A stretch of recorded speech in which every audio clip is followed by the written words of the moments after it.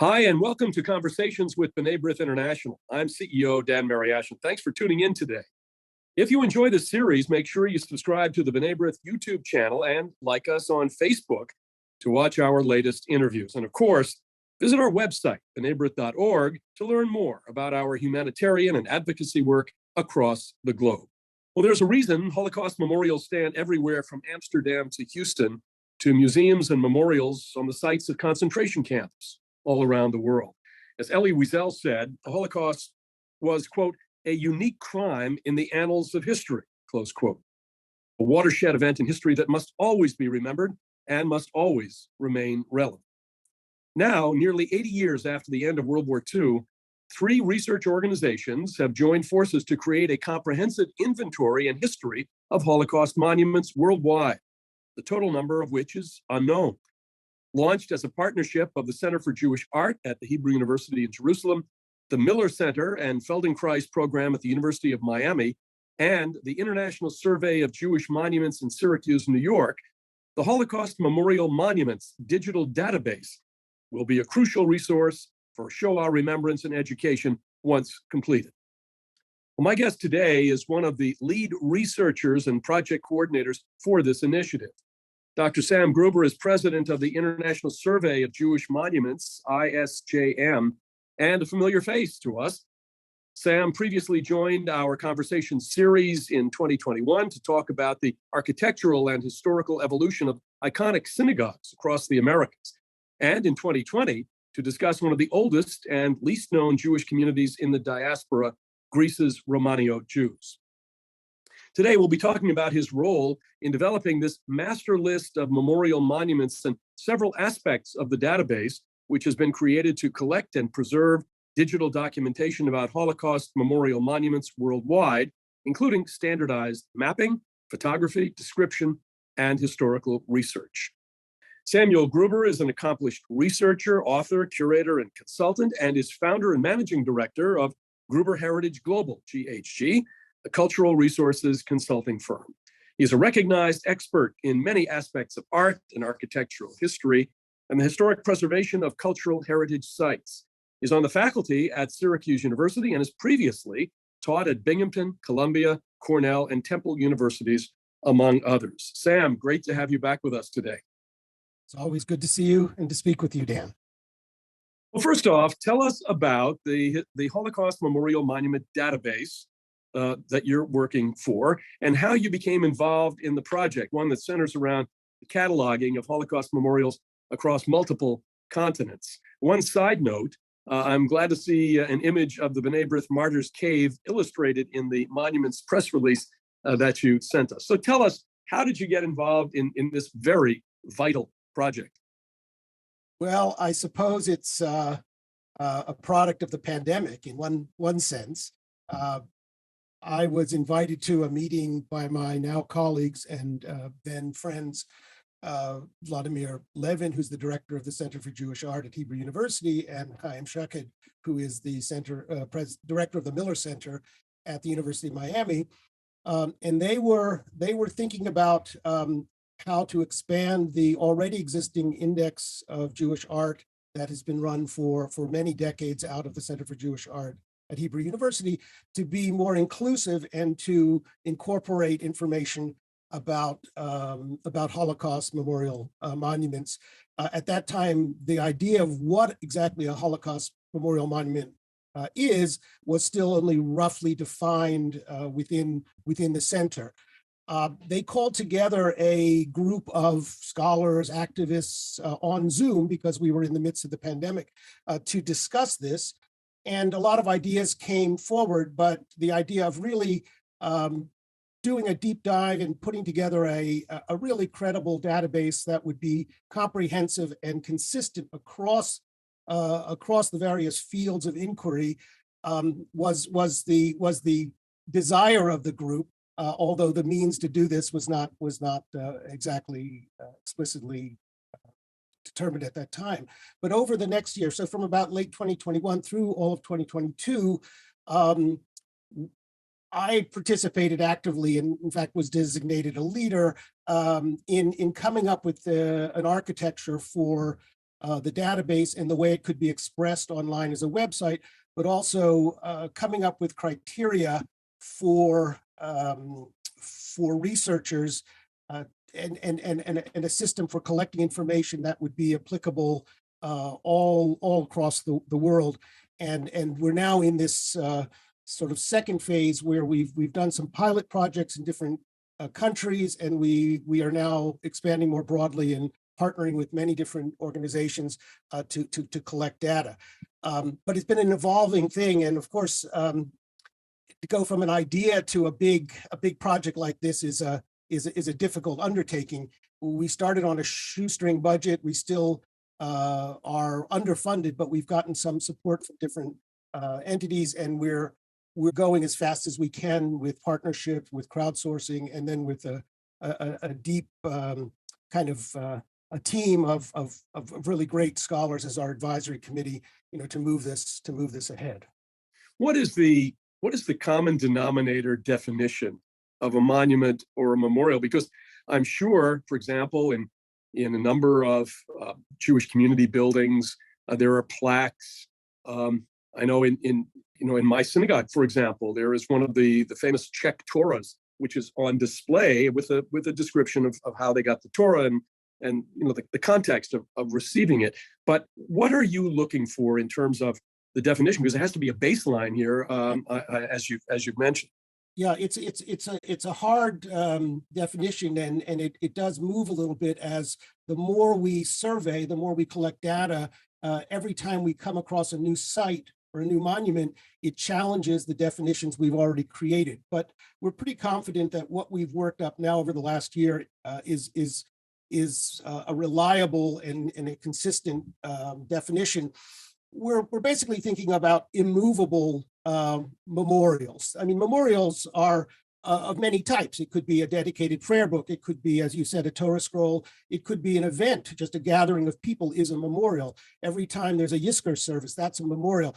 We're not looking at those either intangible or those movable and temporary types of commemorative events and objects. We're looking for the fixed memorials, which really make them more of a traditional monument. And a monument we think of as both a warning and as a memory, and it can have an educational component to it as well. So certainly we all know, the big monument memorial that was created by Kenneth Pfister in Miami. Or we think of Nathan Rappaport's monument for the Warsaw Ghetto Uprising in Warsaw, which is one of the earliest from 1948. These are clearly identifiable monuments, and they have artistic components. But I would venture, and we've accepted the fact that those plaques, especially those plaques in synagogues and cemeteries that Jewish communities have erected, and these were often the very first memorials to Holocaust victims, are also memorial monuments too.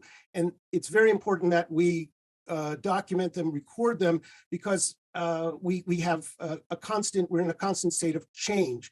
80 years out, we're seeing memorials that were created, they're being changed, they're being removed, they're being destroyed for a variety of circumstances. And often no record is left of this process of confronting the horrors of the Holocaust through commemorative, physical commemorative acts, and this whole changing, evolving memorialization process. So just getting that historical record is a primary purpose of this project, but there are many more reasons to do this work, and we already are finding a very wide audience anticipating our results to use it in different ways. What do you think you might find, for example, in what we used to call Eastern Europe? I know when I visited the USSR before the fall of the Soviet Union, 1991, in Vilnius, in Vilna, at Punar Forest, for example. The Soviets, there was a monument there to the thousands of Jews who were killed, but the marker said to the victims of fascism. That's how they did it. The Jews were killed, but they weren't really recognized. Now that's changed, of course, post 91. Do you expect to find many of these kinds of monuments that were not properly marked, but now are marked and will be included in this database. Absolutely. And the situation that you described is one of the things that drove us to this project in the first place. There are, as I mentioned, plaques and monuments erected by Jewish communities in cemeteries and synagogues in the countries that were most affected by the Holocaust in the years following. Some of these survived, many of them no longer survive because of the vicissitudes of history, the intervening regimes, the communists and other governments have changed commemorative activity over the decades. But there's also this, as you mentioned, there was a wave of marking of sites by the Soviet and their puppet or client governments in Eastern Europe that recognized victims, but generally homogenized them into just a mass of sort of anti-fascists. It didn't differentiate Jewish victims from others, and it didn't explain the circumstances of why they were victims at all. So we often have a site where something terrible happened, but there's no historically accurate or particularly educational or informative information that's provided. As you said, this process of change began soon after the rise of new democracies in that part of the world. I myself was involved in a project in Estonia about 20 years ago in which we were replacing, or not replacing, but adding to some of these Soviet era memorials at the former labor camps where oil was extracted from shale and Jewish slave laborers were used and died there. But this is a process that has been taking place in many, many countries over the last 30 years, but it is hardly finished. It is an ongoing process.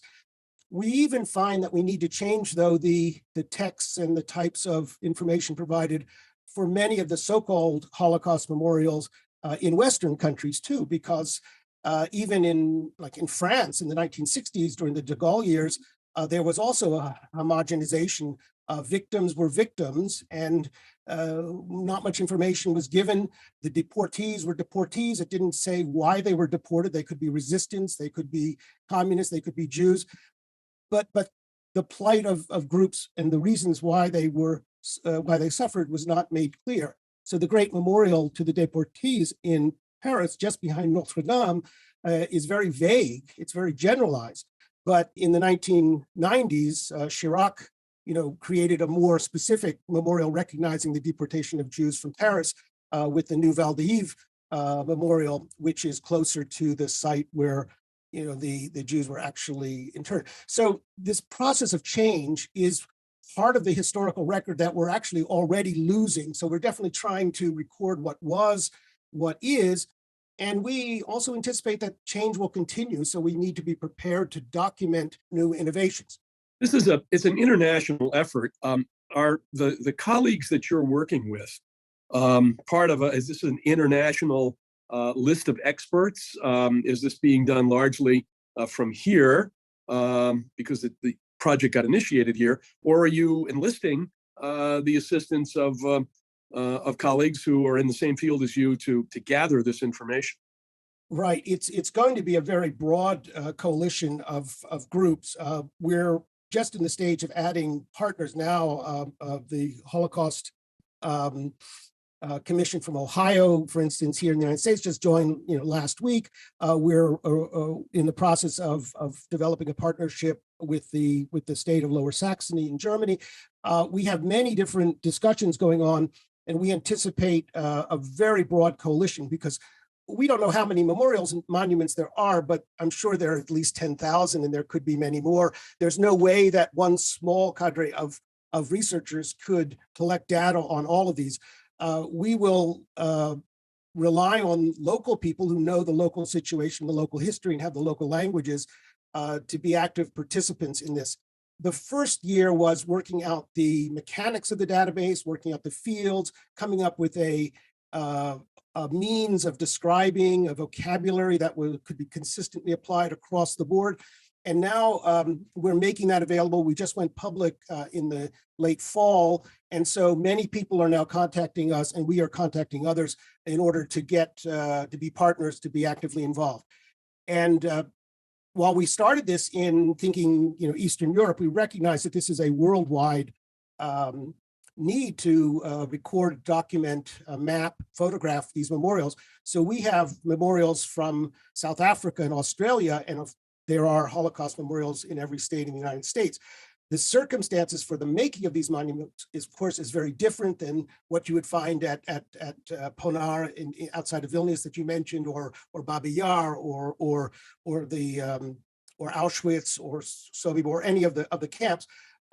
But they are part of the post-Holocaust story, and it's very, for me as an academic, it's very interesting to see how Jews and others have changed, adapted, resisted, embraced the historical narrative of what happened to Jews from 1933 to 1945. Let me ask you about that, Sam, because there seem to be new and creative ways to memorialize the Holocaust. For example, smaller monuments like the Stolperstein in Germany and in other countries now, marking the places where Jews lived or Jews worked.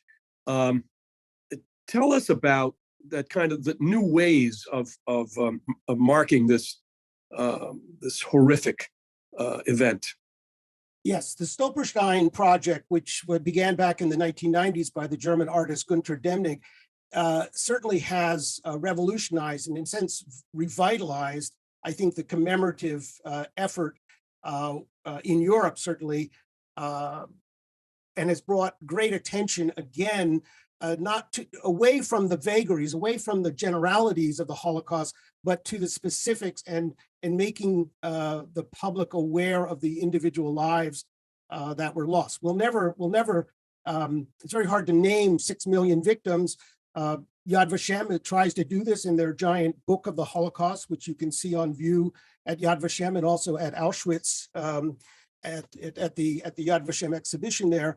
But even to have 90,000 of these little concrete with little bronze or brass nameplates distributed around Europe, listing the names of individuals who were persecuted under the Nazis, not just Jews but others too, is a way to give specificity to the suffering, to the loss. This began actually by Jewish communities immediately after the war. So if you go to many synagogues, you'll see lists of names, and you'll go to cemeteries, even Landsmannschaft cemeteries in the United States, cemeteries by groups of Jews who had emigrated from certain towns and regions and tended to buy burial plots together in Jewish cemeteries in New York, New Jersey, Chicago, other places. You'll see lists of names. And, the Talmud says that a person is only forgotten when we forget his or her name. So in the Jewish tradition, naming a victim is very important. But I think we can go beyond that. We can begin to do biography. We begin to understand the lives of these people, not just think about the moment of their death, but try to give them some dignity, recognize the dignity of their lives, and think of them as individuals. And for many of us, our ancestors or relatives as well. So it's a very exciting time, but it also points out the irrelevancy of many of the early memorials which dot our landscape.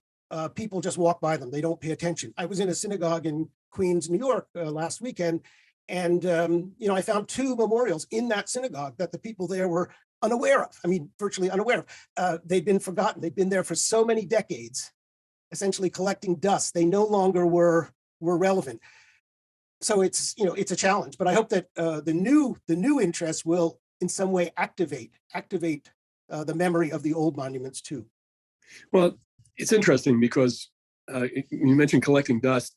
We're 80 years beyond now, and we are racing the clock on remembrance all the time. There are, of course, fewer and fewer survivors to tell the story. Memories dim.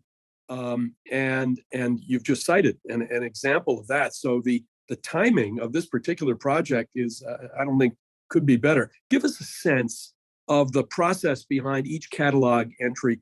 Do you and your partners, are you going to visit the sites in question, or are you going to rely I know you can't go everywhere. You need a fantastically large budget to do that. But how are you going to prioritize this? And then how are you going to do the entries to make sure that it's as inclusive as you can get? Right. So short of somebody giving us $3 million or something like that, so we can hire a lot of teams, field a lot of teams, we're going to have to be doing this piecemeal.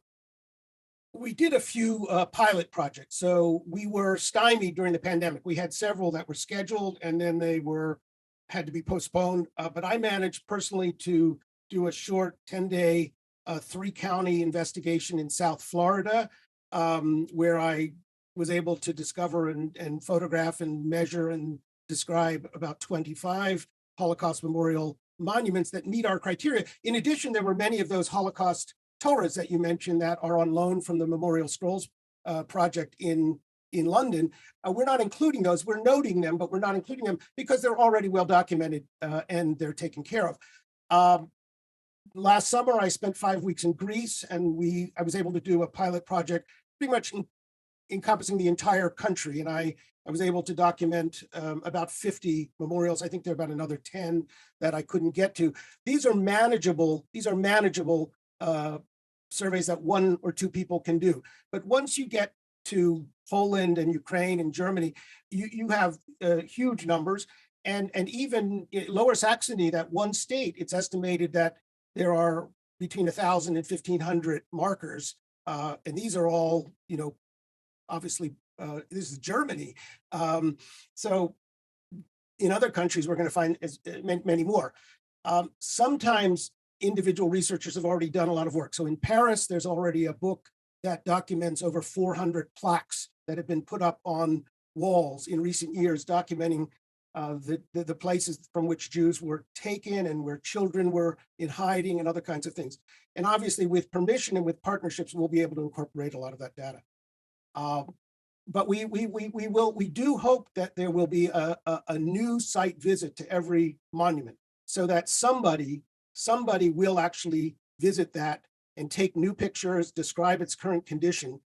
We don't want to rely just on earlier accounts and publications, but those are certainly very important as we fill out the database, as we create our spreadsheets, as we enter data, as we create our itineraries for where to visit, when to visit.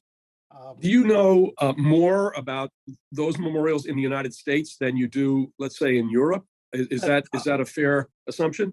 Unfair. No, we know so little about what's in the United States. And that's the big surprise, because I entered this project thinking I was going to mostly work from the European angle, because that's where I've worked for so many decades. And because I've been involved in the designing and writing texts for some monuments and memorials when I was research director for the US Commission for the Preservation of America's Heritage Abroad. And because I've traveled extensively in so many countries in Eastern Europe, and I've taken so many pictures over the years. I mean, that was why I was invited to be part of this project to begin with. But then I said, well, what about the United States? And there is a researcher, Julian Pressler, who had previously drawn up a tentative list of about 300 memorials, just using internet sources and other kinds of resources. And he made that available to me. And then we've been adding to that. But as you mentioned, almost, I won't say every synagogue, but probably every third synagogue in the United States probably has some kind of memorial marker for the Holocaust, or a remembrance garden or something. And there's no list of these. Nobody knows these. I was in Minneapolis a few weeks ago, and I asked about Holocaust memorials to people who were showing me around. We went to a synagogue, and at that very synagogue, I was told, no, we don't know of any Holocaust memorials. And yet at that synagogue, there was a remembrance garden on their own grounds that was they had forgotten about. So that's now on the database. So there's a lot we don't know. And in America, because we all speak English, it's very easy for me. I can get on the phone, I can email, we can go on Facebook. We expect that we're going to get a lot of crowdsourcing to at least fill out the list, but not necessarily to get the good descriptions. Yeah, in that context, how can the public, viewers in our audience and beyond, be of assistance to you in this? Well, on the Center for Jewish Art website, where a lot of this is already showing up, and I hope we can have that link at the end of the interview. uh, you can go on there and there is a place where you can download a form and you can actually suggest or nominate a monument. Or you can just email information and photos to the center, and that information is all there on the website too. So that's one way, and it's something that we'll encourage everybody to do. If you belong to a synagogue, take a look at your own synagogue. If you're visiting a cemetery, take a look in the cemetery. If you're in a town and you think there's some public monument in your town, let us know. And then if you're involved in a genealogical group or society, many of the genealogical groups have been in the forefront of creating new monuments and memorials in cemeteries, in towns, at synagogues, former synagogues, all throughout Eastern Europe. So, let us know about those if you have recent pictures, or if you yourself were involved in the creation of one of these monuments and memorials. We would like to get your story and add it to the database. We're working on right now about a 3-year cycle. We don't know how much we'll finish in 3 years. We certainly won't be finished the whole project, but we hope that we will have probably several thousand monuments included into the database. And then we'll be reevaluating how we move forward all the time. And I'm sure the timeline, or certainly the scope of the work that you do, depends on funding. Yes, absolutely. We've been lucky because we have some funding from Hebrew University, which itself is always underfunded, and the Miller Center at Hebrew University. A lot of people have been doing this pro bono as well, collecting information. We have this great advisory committee of about 25 individuals who are very helpful, and they're doing that pro bono. We've gotten a grant this last year from the Claims Conference, which allowed us to get started, and we do hope to expand our fundraising effort, in the coming year, because to speed up the process and to also qualify and to create really high quality data, information, research. We need time and money for that. We'd like to offer our local partners, some resources as they go forward.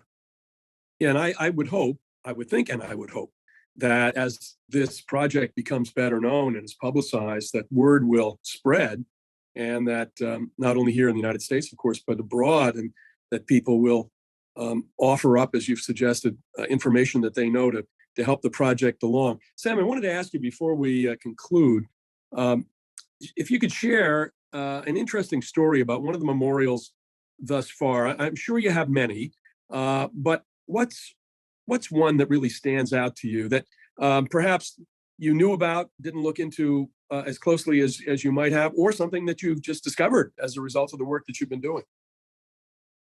Yeah, there's so many. Before I answer that, let me just say, I want to emphasize that underlying all of this is a belief that we need to perpetuate memory and education, expand education about the Holocaust, because generationally we forget. And so education has to be a constant process, but we have to come up with new ways to do that all the time to meet new audiences. And so looking at the monuments is an academic exercise, it's a curatorial exercise, it's a historical exercise, but underlying it all is our belief about the necessity of remembering the victims of the Holocaust and the circumstances in which they suffered.